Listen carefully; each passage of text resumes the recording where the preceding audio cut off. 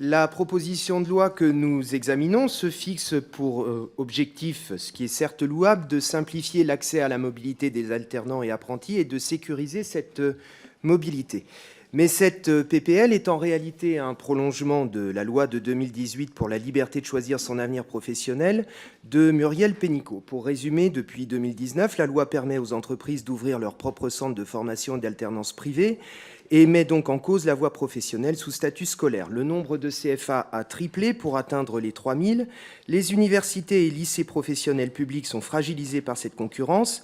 Les élèves bacheliers et étudiants qui n'ont pas pu accéder à la filière de leur choix à cause de Parcoursup et à présent Mon Master sont orientés directement ou indirectement vers des contrats d'apprentissage dont le nombre a explosé dans le supérieur. Tout confondu, ils sont passés de 500 000 en 2019 à près d'1 million fin 2022. Pour chaque contrat d'apprentissage signé, des milliers d'euros sont versés à l'entreprise pour financer la formation et une partie de la rémunération de l'apprenti.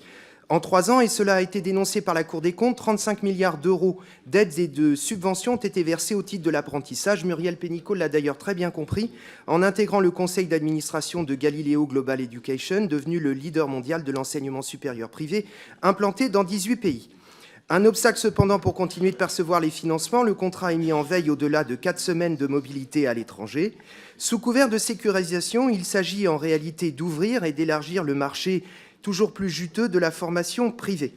Nous proposons à notre place une garantie d'autonomie jeune en formation de 18 à 25 ans et dès 16 ans pour ceux en formation professionnelle et le rétablissement d'un véritable service public de la formation continue indispensable pour garantir l'égalité financière. Et c'est la raison pour laquelle nous ne voterons pas cette proposition de loi.